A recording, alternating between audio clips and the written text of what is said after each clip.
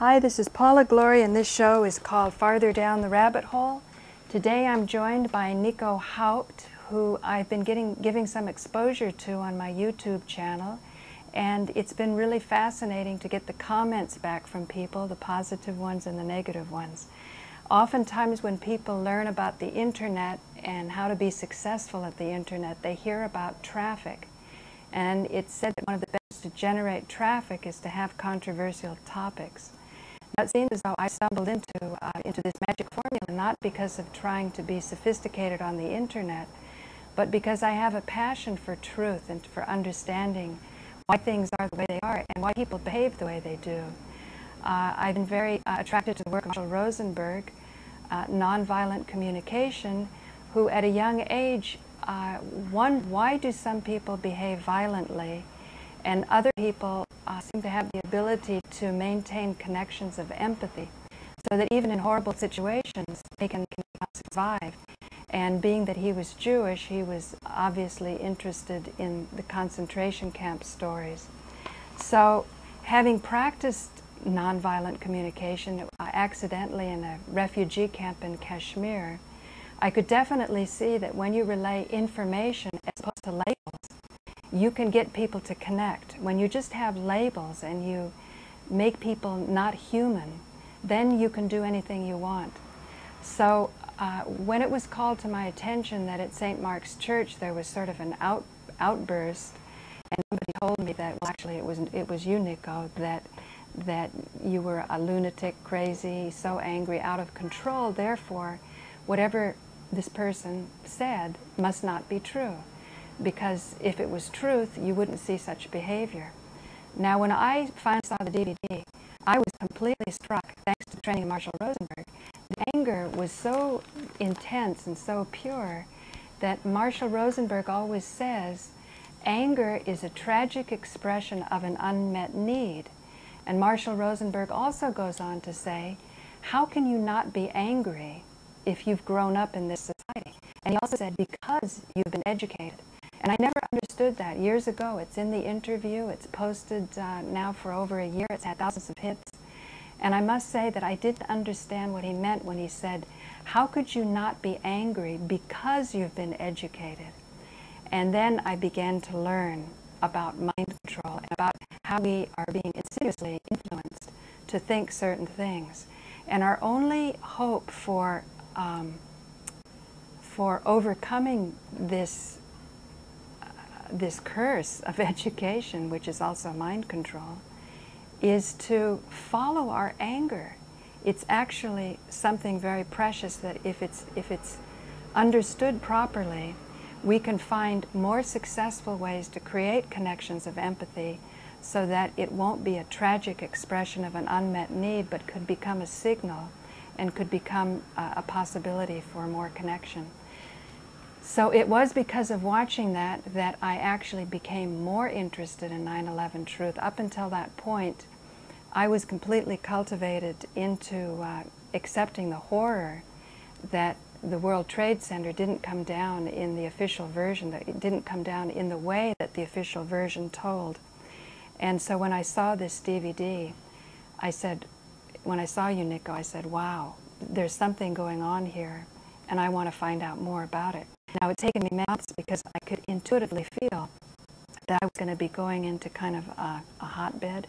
So I know you've perhaps been frustrated at me also because we did interviews with you many, many months ago, and I hesitated to post them.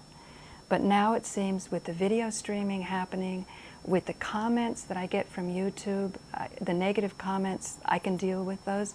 But it's the positive comments, clicking on the name, going into the website, and slowly starting to unfold another world. I can't look at all the DVDs and even the clips of airplanes crashing into buildings. I mean, after a while you go cross-eyed, at least I do, because it's something that it takes time. And I know you've been with an online community that's worked at it for a few years. And so that's what I want to say for an introduction. Yeah. Very nice and long introduction, but that's probably just the irony. I'm getting invited to Paula so often because I'm also talking sometimes too long and too often. So learn a little patience to listen. Anyway, yeah, well, I think it's an old phenomenon of our society that actually we think something is controversial, while in reality the establishment is dictating what a controversial actually is. And in usual manner, they always pick something which has to do with sex or drugs or something which is just not established. In reality, if you see the... Excuse me, sex and drugs is not established? Everybody thinks they're getting away with unestablished by doing it, that it's naughty and... Well, I have to analyze it from different angles. I would say there's a lot of oppression on both things. We know that since there is no real one matrix people want us to know. It's in reality multiple layers of staged and fake realities, and they have authenticity in it and sometimes not. These things are ruled out since 2,000 years, and but let me just go a little slower, because my audience is interested in spiritual topics, exactly and they've often thought that religion has suppressed sexual expression. Right. Wow. So you're saying that sex is being used to divert. Right. I think it's always used to divert, and like selling this a is product. why, like selling a product. Right. This is why fetishists always went to underground first, and the rulers of the world, whoever that is, had a problem with the beginning of industrialization. With the beginning of industrialization, intelligence became easier to be obtained. I mean, it's like before Excuse me, knowledge was a kind of luxury. People had to pay a lot of money to Hello?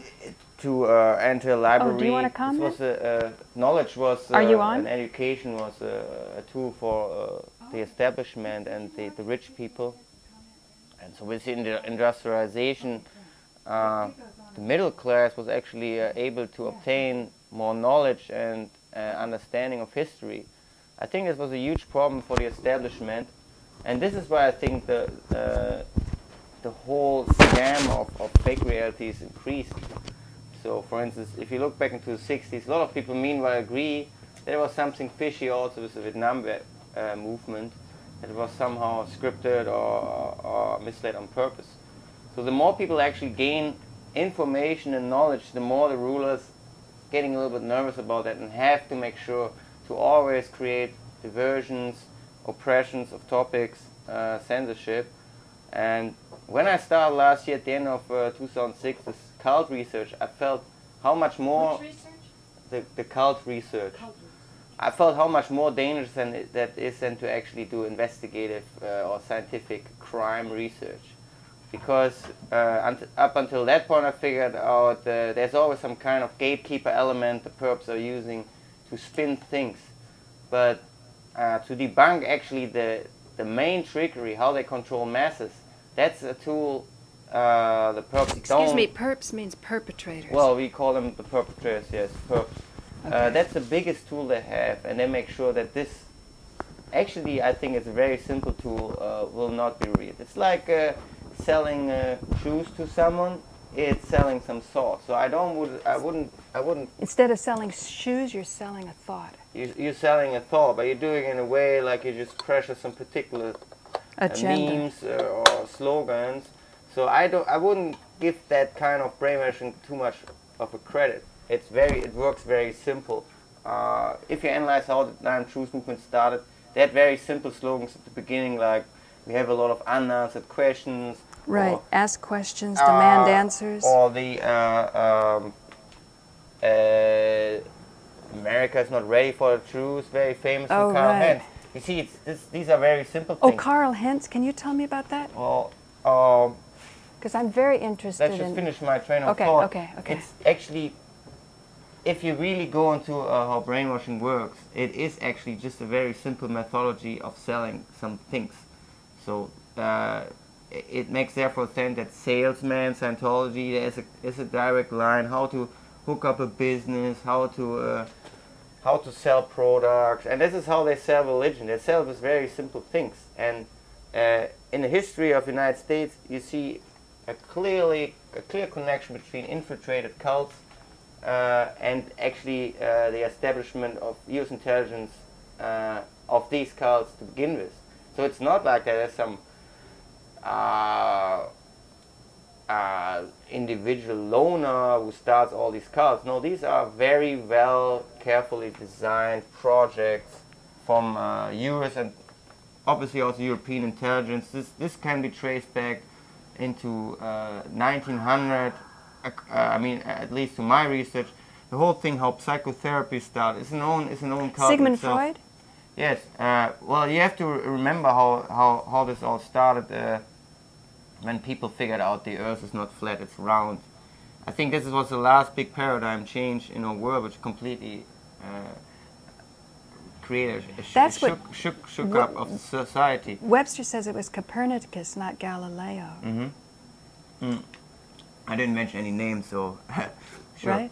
But yeah. I think I don't want to interrupt your thoughts, but sometime I want to explore what he meant by that. Right. We haven't many paradigm changes instead. The perps always create a fake enemy. It was socialism or controlled Stalinism. So it was clear that that the fall of the Soviet Union was also a designed thing. So they created a new enemy, which is Al Qaeda. And by now, basically, the 9 Truth people will be spin more into the new enemy, and they call them anarchists. So, and it's a cult. It's clearly a cult. It's a religious. Who's an anarchist? No, that's the latest spin. And it was predictable. We predicted last year that they will smear the 9 Truth movement into some anarchist movement. Is it becoming? You think of anarchy as violence? Right. They destroy everything. They know that. As I say, it's a simple marketing concept. If you oppress things always in the same thing, it's like you're chasing small animals, they bite you back. I mean, it's a natural phenomenon. It's like oppression creates anger and hatred. Oh, so the people in the 9/11 Truth movement are becoming angry and hateful? Yes, they want to bite back? Well, a good friend of mine said that 9/11 was more than just a crime. This is actually a psyop. They split the reality by creating the idea of no planes, plane huggers. At that time, we didn't have the labels for sure, but they made sure actually that people would figure out, because of the absurdity, it would divert the people. So people still think, oh, this can't be special effect. Oh, we have the witnesses. But it's exactly what they wanted. This kind of diversion was designed from day one, and they laid out so many traps to keep people busy, to distract from the Twin Towers. So the Pentagon thing was actually obvious from day one on purpose. I always notice as soon as you start to get to some juicy levels asking about the Twin Towers, that they talk about the Pentagon. And you haven't been satisfied yet with your line of reasoning on the towers. Is that a psychological operation? I think it's part of psychological operation. As the irony is, I always treated the things in the same level. As an investigative journalist, the old rule or the traditional rule of a journalist, there is no story which is bigger than the other. You have to treat everything equal. So I was interested in the Pentagon, Shanksville, cell phones, the analysis of the phony profiles of the alleged suspects. Suspects? You mean the 19 hijackers? What they call hijacker. But you see, with the word hijacker, you trigger already the kind of hangout meme which they want. So they had a lot of keywords laid out for us. Just a second. Really, my audience is so much slower. Hangout and meme. Can you explain those terms?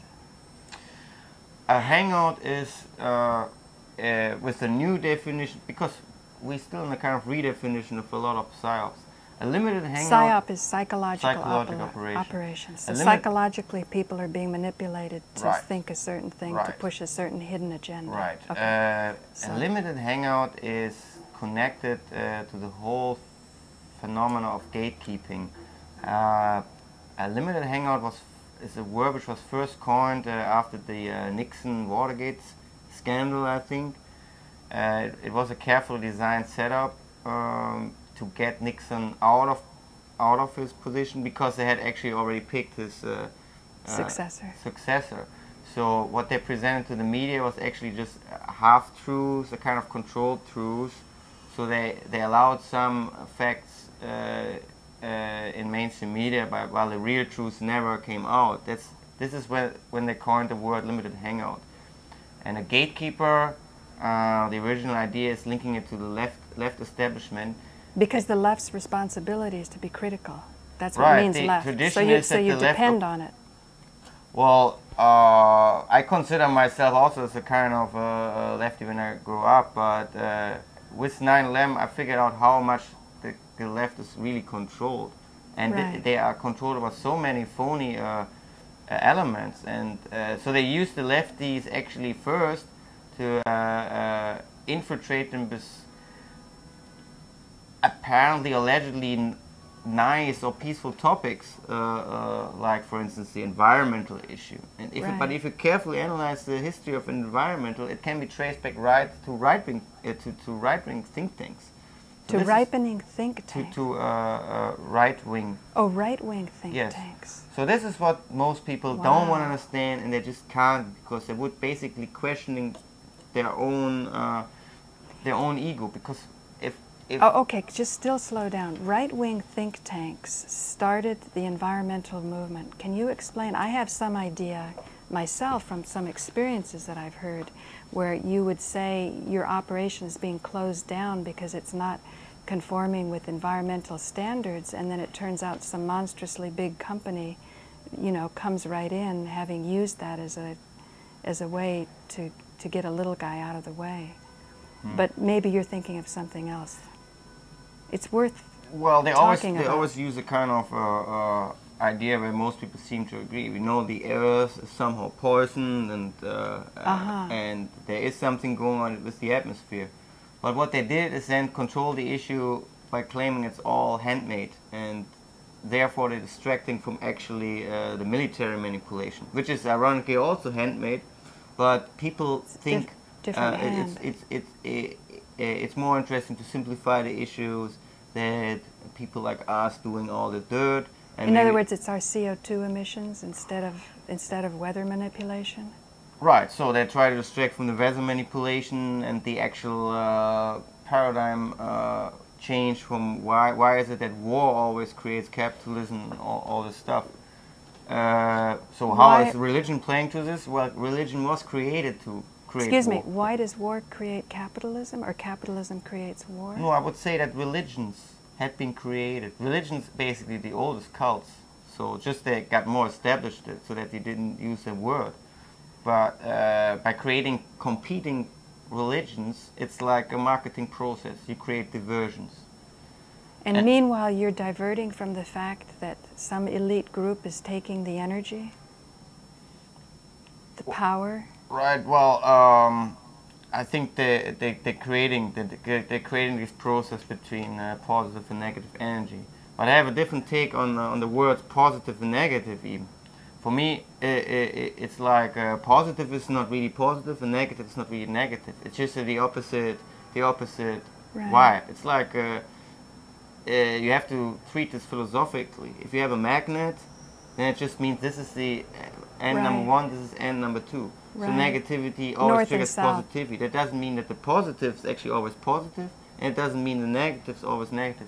Maybe that leads into your thought that anger is not necessarily always a bad thing, and someone who's nice the whole time is not necessarily a nice guy. Nice, I always say my whole life, it's just an attitude, like everything else. If you're nice, doesn't mean you're a good guy. You just put an attitude around you which describes you as nice. But if you carefully look in very, very nice people, then they're covering up from something very bad sometimes. Sometimes, yeah. So sometimes they're innocent about what they're doing. Well, they're in the hands. Well, you can analyze these over nice people always in a different level of layer. Sometimes they're just using being nice to cover up a lot of secrets they have, and then these secrets, by some people, can be described as bad. But if you look, what is a real secret? Well, you know, I mean, in most cases, so-called secrets are not a big deal. They always trace to money issues or sex issues. Right. So people think they can be blackmailed about sex and money issues. Right. Well, I just say, why they're not coming out and saying, okay, good, I'm sniffing shoes, or I get slapped by a woman. So what? I mean, that's the irony. People making a big issue out of it. I know, but that has to do with issues of shame and self-worth. I mean, Harold Chandler and I had a nice conversation yesterday about where we came to the conclusion in our discussion back and forth that we've been misinformed about our power, and we think we're bad, or human nature is greedy, and therefore we give up, or we think this is how it has to be. Right. Do you underneath all of this have, it sounds like you underneath have a very positive attitude. Something keeps you moving and motivating. I don't really Frank Morales said you stick to your guns. That's how he described I don't you. really think I'm underneath. I'm just really I'm a curious guy. I'm just I'm also my background is actually more completely unpolitical. It maybe helps me to being less biased. I grew up in a party scene, basically. Just it's nothing. Your parents were freewheelers? Freewheelers? What is a freewheeler? I don't know. People who were not, you know, worrying about how many cars they have and what the Jones. We have this expression, keeping up with the Jones. If they get a new car, I we grew up have in to not get a very rich family, but the irony is I had my whole life always rich friends. So I analyzed actually the difference between being poor and being rich. Oh yeah. When I was younger, and besides the fact that they have a nicer house, a nicer garden, I never really was jealous on properties. It's like, so Right. what? Okay, so you have a garden, you have a nice house, but if you go in a park, then you have a park, Right. and it's like some rich people actually they're getting more superficial. So I found rich people less interesting actually. My sister and I used to say, with the exception of some cool eccentric millionaires maybe, like Jimmy Walter. I work with a lot of eccentric millionaires. I think some rich people actually try to reflect the problems with having too much money. So they're doing a lot of things where people say, oh, these people never grow up. But you know what Frank Lloyd Wright said? He said the only thing more scared than $1 million is $2 million.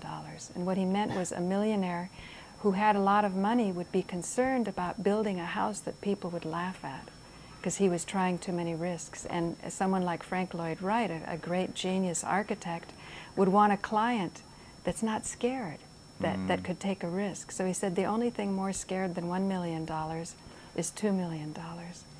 actually, I'm fascinated of the idea of America that settlers came here and everyone had their own house after a while. I was always wondering how they create all these mortgage issues so that most people are now in debt. I mean, I prefer then to live in an expensive apartment than pay my whole life for my own home. So I think something changed in the history of America, and they try to make sure that people are not serfs. They're owned. Yeah, they're owned. So there's something very, very bizarre with the history of America. It's like that they create the whole country to play with all these mind operations. It's like mind operations. Like a huge psychological operation. When I first came to America, I actually figured there's a lot of brainwash here. But for me, it was like a Hollywood movie. I thought it was kind of fun, kind of nuts. Okay, I also could do whatever I want for the first time in my life. I worked in the internet industry with Josh Harris.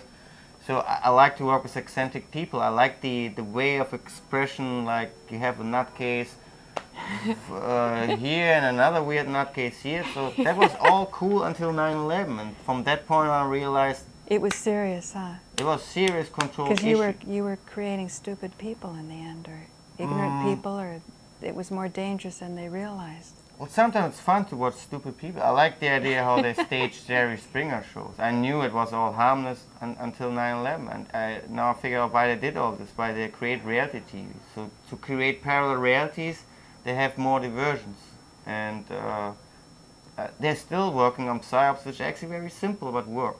So for instance, last night I was fooled by myself, and this, you hear it here first, I think will be the next huge psychological operation, and it is about the case in Florida, Gainesville, where a young guy allegedly was at a Kerry meeting, and he said, were you in Skull and Bones, and he was a little rowdy in the audience? Yeah, well, I call it already a multiple layered operation. It's actually where you try to analyze the pieces together, and by putting the piece together, you're falling already in a trap. It's already a setup. It's already a diversion of your own thoughts.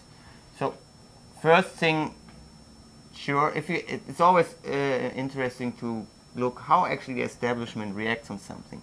If you analyze how the establishment reacts on something, you know it's the opposite. That's an old rule. It's a music phenomenon for DJs. That's how they create cool new music underground stars. Once they know it's established, they know it's dead. It's a dead issue. Right. Yeah, some people might make money with it, but a cool musician, he's not so much in that kind of money. He just wants to have fun. He wants to create interesting new music, interesting new videos, so on. So the first reaction clearly was, oh, let's talk about the taser first. Well, that's then for sure that this was the first layer. Is Explain to people who may not know. Well, by now I think, as I said, I it's know already there a was mainstream topic. 158,000 hits when it was only probably put now up in a 7 day. digits. So the original story, for those who don't know, who are not living in the Paris Hilton world yet, there is a video around which is now actually it was created in 5 different edits from to begin with. So there must have been 5 cameras involved. It's a guy in Gainesville, Florida. Yeah, that's revealing right there, huh? Yeah, that was 5 revealing. different cameras are in the guy? At least 3 to 5 different cameras, Wow. even with own filters. Some look blurry, some less, and it's not an encoding issue. It's like the camera was blurry on purpose to hide something. Anyway, let's wrap up the simple fact of the story. So there's one guy, I think his name is, yeah, I have to look it up, Andrew Meyer. He has his own website, which is only 3 months old. Fish's story is that the guy was at a John Kerry event. We don't know yet about the background of this John Kerry event. So he started to heckle him, but it was not really heckled. It was kind of express himself by holding very demonstratively a yellow book by Greg Pallas into the camera and says, according to this book, you won the election. And his voice was already very tempered, but there was no issue at that time to actually interrupt him. Excuse me, a second. Hi, you're calling farther down the rabbit hole. Hello? Yeah, what's doing? Oh, is this Daddy? Get the... Daddy? I'm trying to get the... Can I call you back? Daddy, can I call you back? We're streaming on TV. It's a real reality TV show. I'll call you back, okay? Okay. Okay, bye. Sorry, I thought that was heralding. So the guy actually makes a statement. He says, oh, you won the election. And you see in a different video edit that the cops are already nearby him. They're standing there the whole time. His official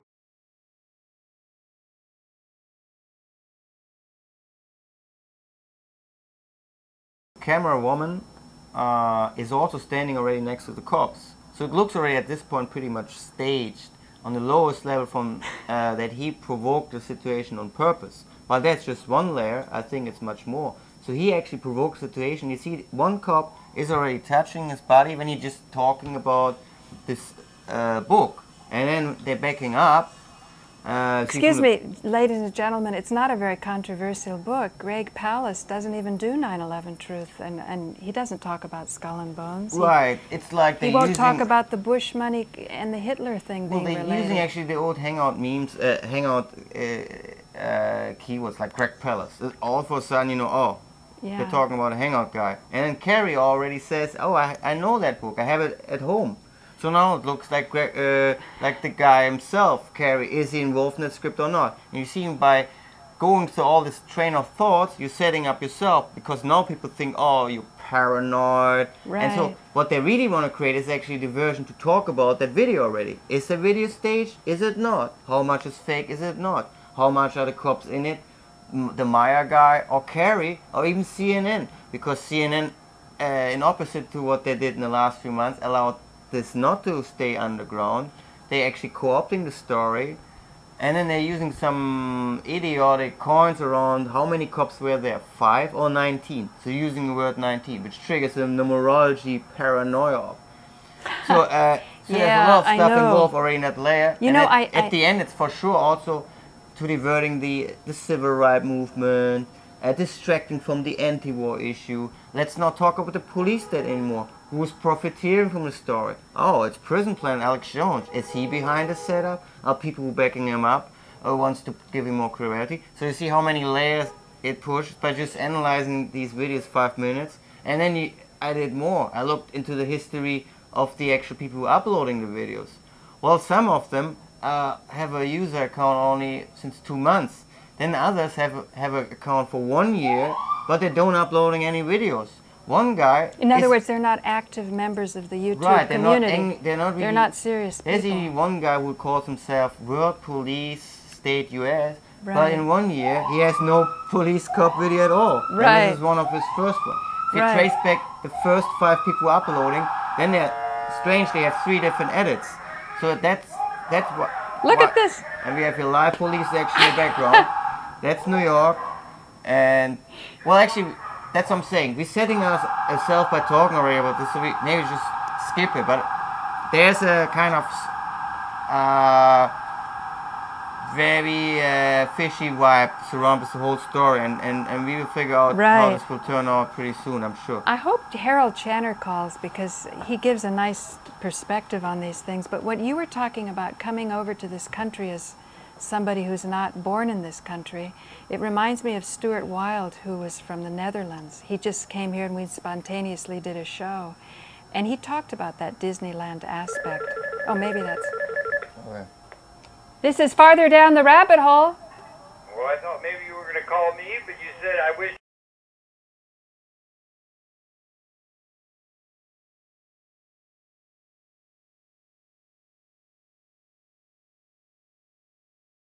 Harold would call, so I said I better call. Yeah, I was just...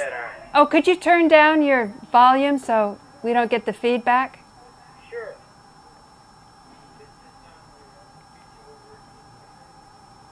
There. Harold?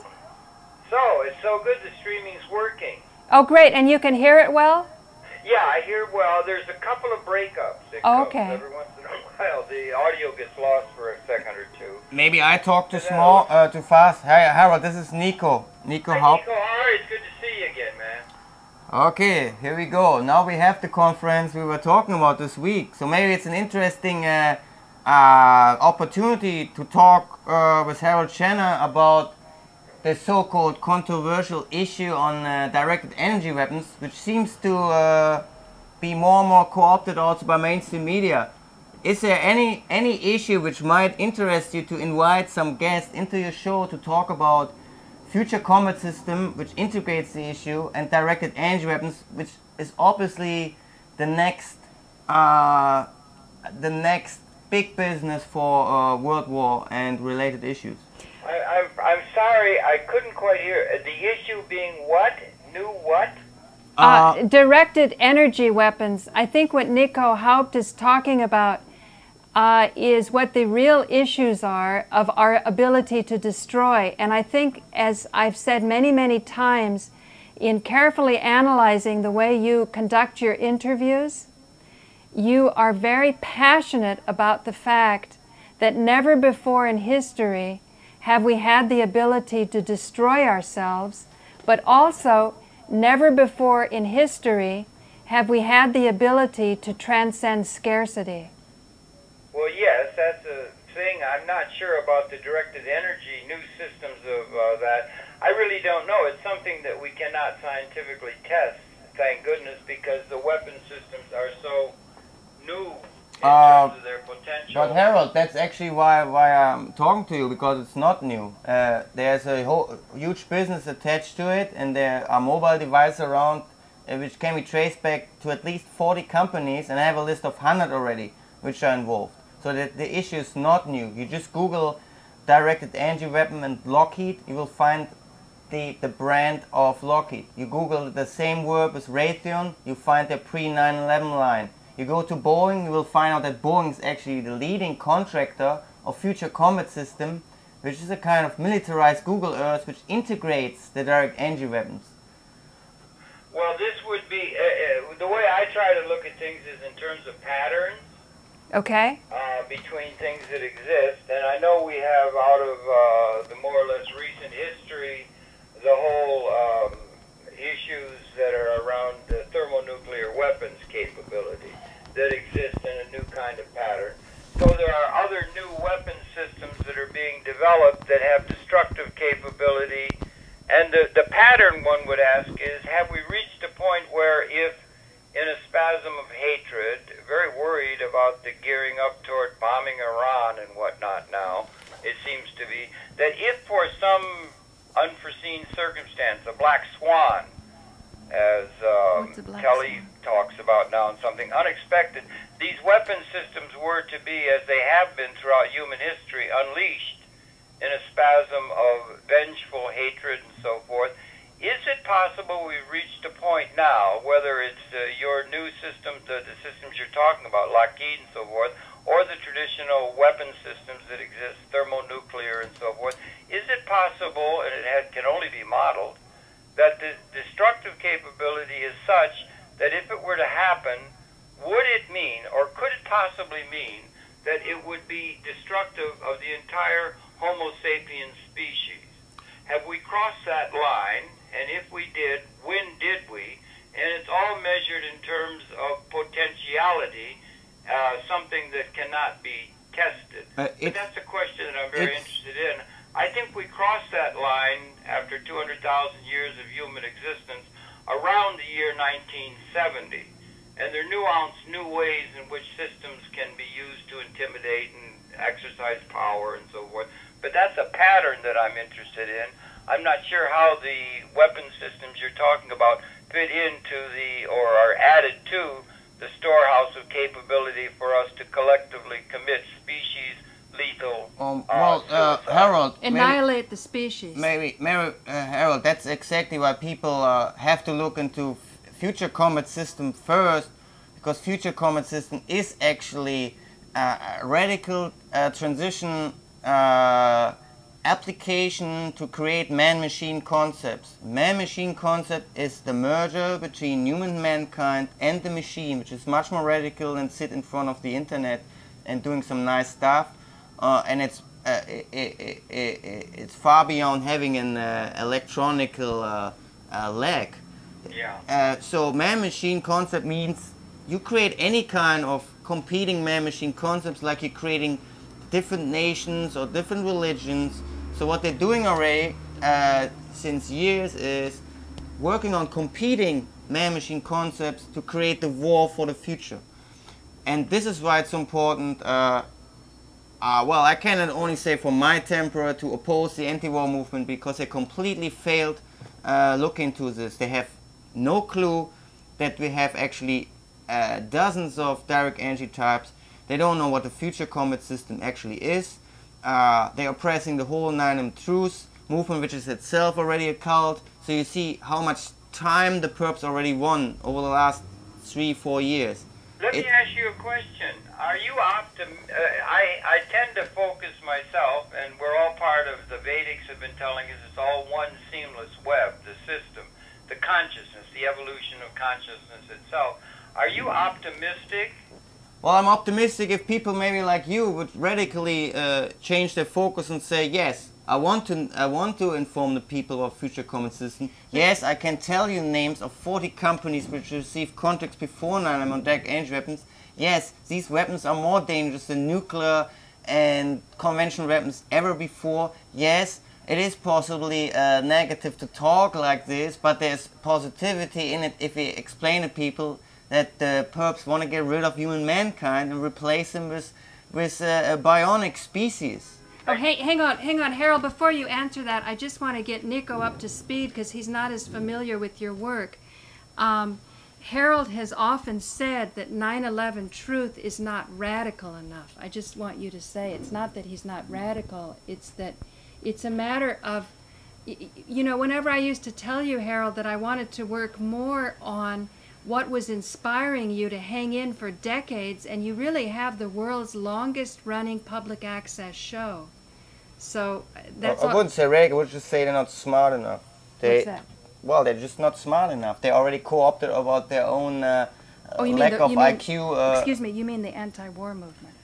Is that what you're talking? Who's not smart enough? I'm more pragmatic. You said 9 Truths. Maybe we're talking about the anti-war movement. No. Harold was saying, because when Webster comes on his show, people who want to listen to Webster say that Harold's interrupting. But in truth, if you listen to it, Harold is not interrupting that much. It's just they're not connecting. And Harold and Webster doesn't think that Buckminster Fuller is very, he can never understand why he was so popular. Oh, I know That's about all. the interrupting thing. Interruption is actually sometimes not rude, but you try to pick up a train of thought where you think you have something in common and try to simplify it. Right. That's what I always describe as cognitive agents. You know, Harold, the thing why they create the internet is just to actually get people together who have a little bit more intelligence on their mind, and then to control them. That's the whole issue with why do people start with nicknames on the internet? Well, it's because they have to hide something. So, and people who hide something have secrets which the establishment define what is actually a secret. So the secret societies are actually is nothing but nothing. It's like, oh, two people conspire about a secret, and the real irony is that they don't have any secrets. It's just that the idea of the secret itself is already a cult. If I tell you I cheated on my girlfriend, and I tell you don't tell anyone, this is how you create a cult. It's like after the end you have the anonymous alcoholics, you have the anonymous cheaters, you have the porn movie watch. Yeah, that's how Harold, society. do you know we have the distinction of being two people at least that use our names on the internet? I'm Paula Gloria, that's my first name, my middle name, and you're Harold Channer. Yeah, and the thing is that it seems to me back again to the idea of patterns and how large a context of understanding one can try to encompass in terms of getting patterns. And it seems to me we're at a time of qualitative transformation in the evolution of universal consciousness, perhaps. And if we take on the one side a pattern that, whether it's comet systems or new technologies that have been added on to the destructive capability of war making, which comes out of history, and it's been like that, what would be, if we're at that point, that's an existential new reality in the evolution of consciousness. And that's a negative, if you're saying we have the ability to unleash systems that it's not just wiping out the tribe in the other village or the other nation or something, it's wiping out the whole hominoid line, of which I have a kind of a strong commitment to and so forth. And what would be the positive side of the technological development? It's all, technology is all an extension of consciousness into the environment whereby one can make the world different than in an Eden-like sense is the context in which most creatures confront the environment, and which we did when we were wandering around on the Serengeti plain. We've now reached a point where, you know, we've got the ability to destroy the hominoid line, minimally, perhaps more.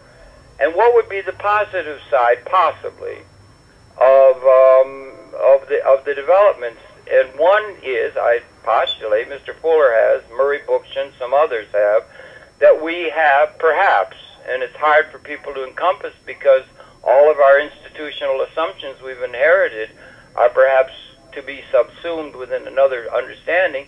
And the major premise would be, it may be possible for us to see, through modeling and so forth, that we actually have transcended scarcity, material scarcity, in terms of the entire system by which this spaceship and this planet system and this syntropic, anti-entropic function in universe is there, and that if we have done that, that is a major, positively seen, liberating potentiality that is the promise of the technology. And it's sort of odd to me that that possible projection or modeling is never mentioned, ever, in terms of the political context which within all the enemy systems are done. And that if you do get to a point where you transcended scarcity, there's the potential for setting up a context wherein, rather than zero-sum political fighting and so forth, as has been the history of humanity, we may have a new capability for what could roughly be seen as liberation, and perhaps achieving a level of consciousness that is transcendent, and that we're going to come into a new relationship to universe in a speciation sense. Right, but Harold, I'm coming from actually from a party level, and What's a party level mean? the party level is actually that you try to explain things very simple. I mean, what we're risking here right now is the usual PBS phenomena. That's actually you driveling around philosophical complexity, and at the end the user just says, "Oh, it was a nice, interesting talk," and then they have their own response of philosophical drivel. But you know, a party guy goes to a party and picks up the chick or not. He drinks a beer and gets drunk or late or not. So whether we can analyze this in a philosophical way or not, the facts are on the table, Harold. It doesn't make it more interesting to just driveling around. I could drivel a whole day about how Immanuel Kant plays and all this, and then can freak out on Jim Fetzer again because he never speaks up politically against Stephen Jones. Sorry to say that, but the facts are out there. Energy weapons do exist. So you're taking a political stance. Yes, and I make this political stance very simple. The anti-war movement is infiltrated at the top. They're not speaking out. They have the knowledge to figure out what we figure out, and they don't do it. It's a clear fact for me that the anti-war movement is an infiltrated species itself at the top, and it has to be opposed if we ever have a chance. Whether we're doing it in a nice or aggressive way is not my problem anymore. I know that Leslie Kagan knows exactly the damn thing we also know. I even was... You mean about directed energy weapons? She must know. I mean, these people are not stupid. I mean, they're doing research. They have a huge staff for working for her. It must be someone who's telling it, no, that's not the issue. Your issue is bring the troops home, and that's a limited hangout issue. And if these people continue with that, yes, they belong to jail. Yes, you need negative language to speak out that these people are sick. Sick as the same people who create the war are the anti-war movement who are now telling us what we have to think about 9/11. They are censoring 6 years. Sorry, I'm saying no to Cindy Sheehan. I'm saying no to Cynthia McKinney. I'm saying no to all these anti-war people who are now using a setup on WebSotably to divert again the stupid silliness of the anti-war movement. And if you carefully analyze how it all works, yes, it's their own damn fault of the Orwellian I'm choosing. Website set out himself. I tried even to explain why I'm setting up himself. No one wants to listen to how simple setups are created. It was Kevin Barrett with Captain May was setting up. And so forth. It's not where I'm coming from. That's interesting. There's a lot of variety and so forth. Who are you saying yes to? I'm saying yes to no leader. Yes to no leader. I'm saying yes to the facts. Yes to the facts. The fact is the 9 Truths movement is infiltrated by people at the top who are linked to actually weapon industry. They're linked to cultists who want to divert the people about mind operations. They're completely limited hangout because they're delaying always the most important smoking guns. They're denying the TV fakery, which is a fact. They're denying that the towers couldn't have come down with thermite. I mean, these are very simple facts. And now in the underground radio, the underground radio on the internet actually were a little bit smarter, know exactly how stupid, how misled this movement is. So they know actually the same things like me, but it is designed like the same way. Oh, they're tracing back to some persons. It must be still is disinfo. They never look into the facts because it's already poisoned over the people who found out first. You see how we setting up. How the perps setting us up, it's very simple. Okay, well, I just see it as I see that as the most important question confronting us, whether there is this alternative reality. It's in the ontology, it's in the existence, and it's all invisible. It's not seen. But the question is, if we have transcended scarcity, it is seen. Listen, again, Google is like another man-machine concept. If you Google a keyword, you get the same results, no matter what you're doing. Yeah, but listen. So if you Google direct energy weapons, you get the same facts. I'm fine. Right. It provides alternatives to a context where you can subsume the inherited institutions within a context that will be able, in the end, to include those who are responsible for the outdated, historically inherited institutions and assumptions. And it seems to me that's something worthy of considering, because you could have an operating system that would have, in the end, no enemies. But Harold, I think what the exciting part of this is, it's not just a consideration, it's an application. And that's what excites me. When I went down to Panama City and worked with Molly's father and his friends at the Capstone Society, I was talking about 0-point energy, and I didn't really fathom that there are actually devices out there. There's many inventors out there that know how to create energy seemingly out of nothing. But we would say out of nothing in that you don't have to depend on oil.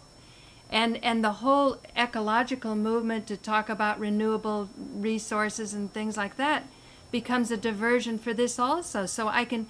Well, what excites me is both Nico and you were questioning something that was relatively satisfying to me, and that's Webster Tarpley's work. And when I went back and listened, because when I post things, I follow the comments, and people said you were interrupting Webster, but the truth was, you weren't. The only thing is the times that you interjected, you weren't following what he was saying, but as time runs on, I can see what you were trying to say. And the same thing with Christine Ebersol, because one viewer has sort of commented that you weren't on the same page there. They didn't use those words. That's my words.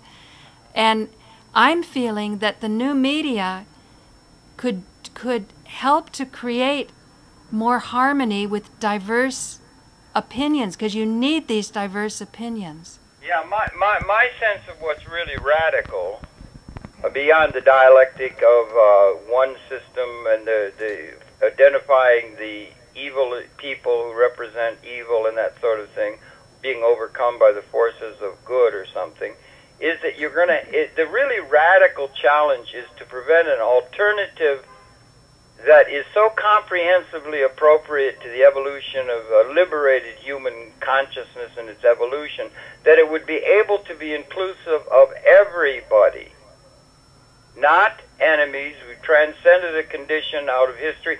James Joyce said, history is a nightmare from which I'm attempting to awaken.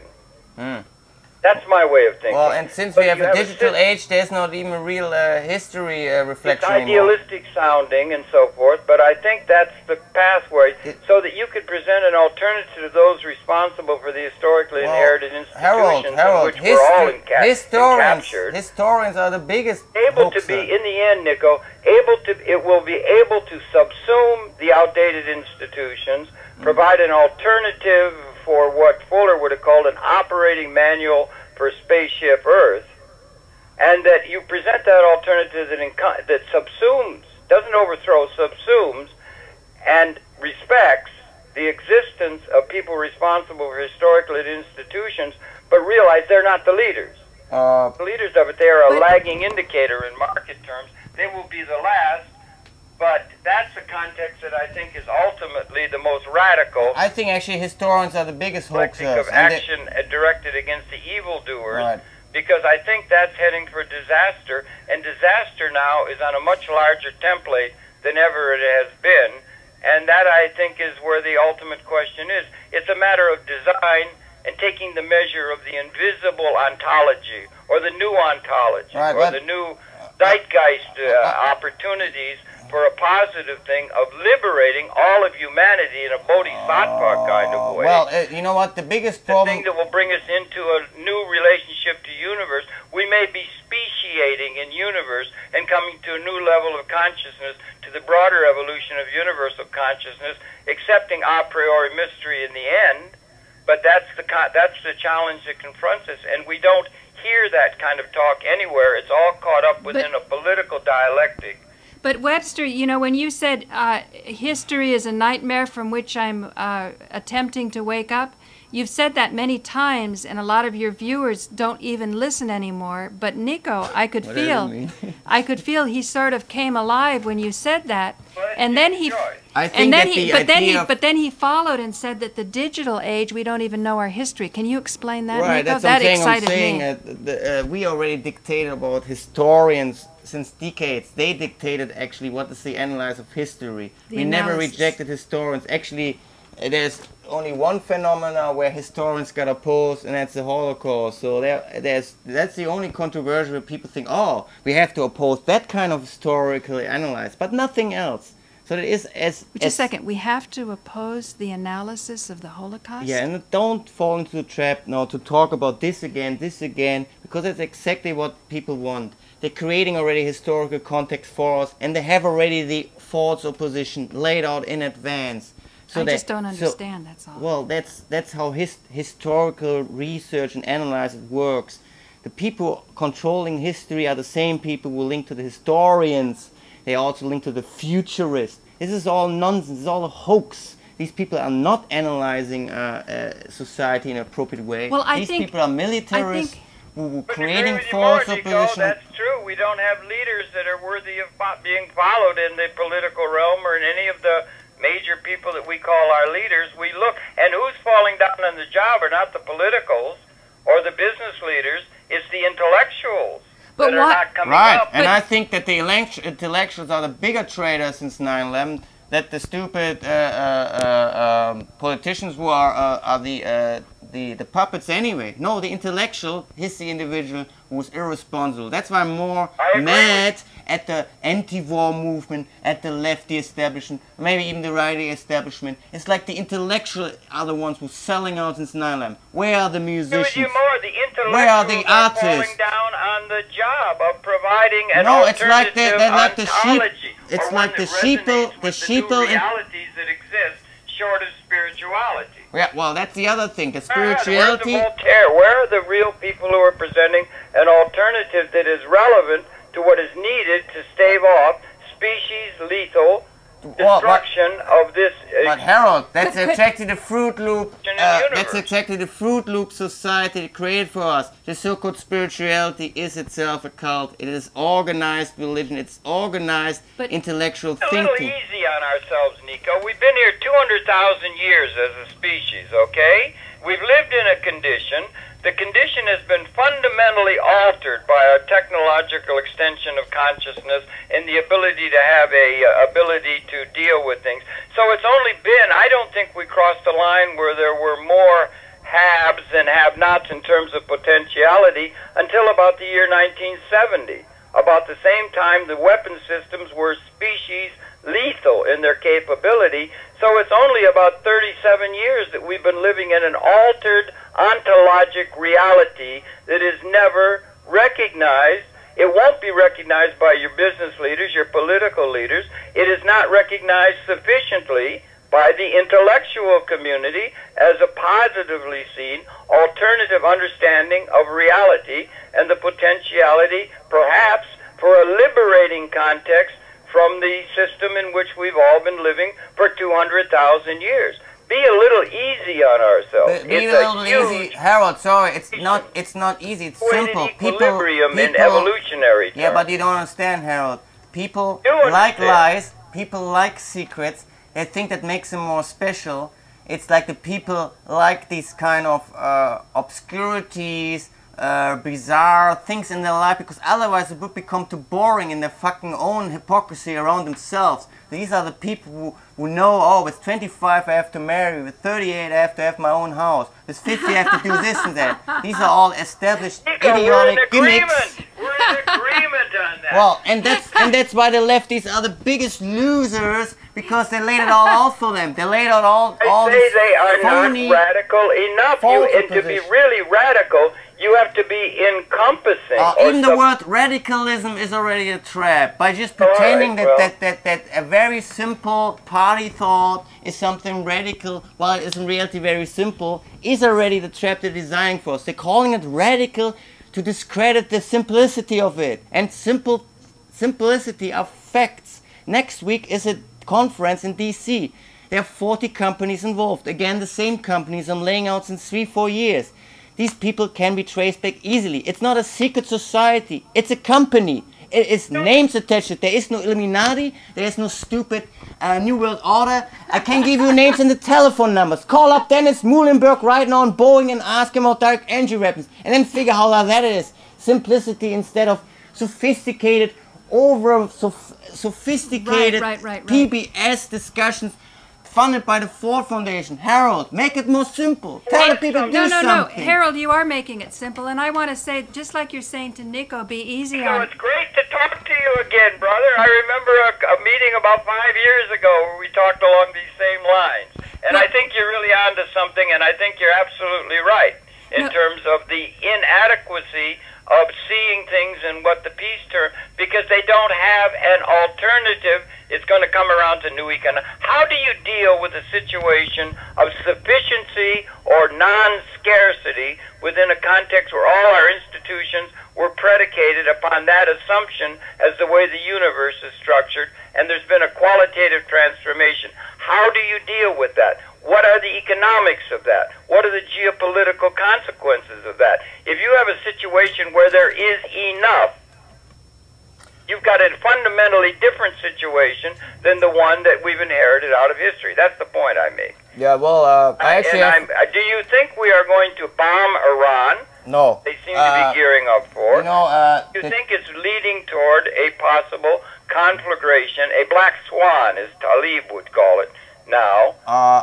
First of all, I don't know what these are not your normal times. Well, first of all, I don't know what a black swan is. We've been gestating for 200,000 years, and we're coming into a new relationship, possibly of a liberated humanity within an ecological context. Well, Harold, I have a different take. The resonating sense accommodate us to universe at a level transcendent to what we've been through 200,000 years of human history.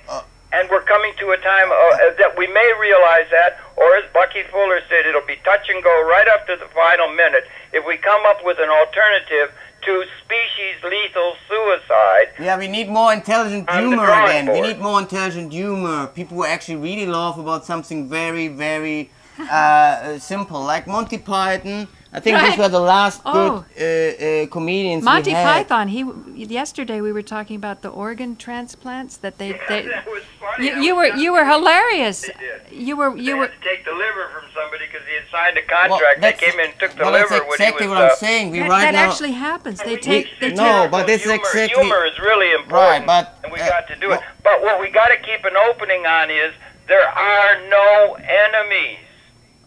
Well, there are no enemies in this context, but there is, except ignorance of the pattern required by universe if we are to make this gigantic transformation in the evolution of consciousness itself. Well, on that level, ignorance is the biggest enemy, because ignorance creates all these false enemies like that there is allegedly Al-Qaeda, there's allegedly a kind of stupid war on terror, there was allegedly a threat from communism, blah, blah, blah, blah, blah. I'm with you, brother. I'm with you completely. But those are all, be a little easy. We've been caught up. Harold, no, I'm not easy because I want to go back to party life, Harold. I don't want to fuck up my own train set for the rest of my life talking about all these inane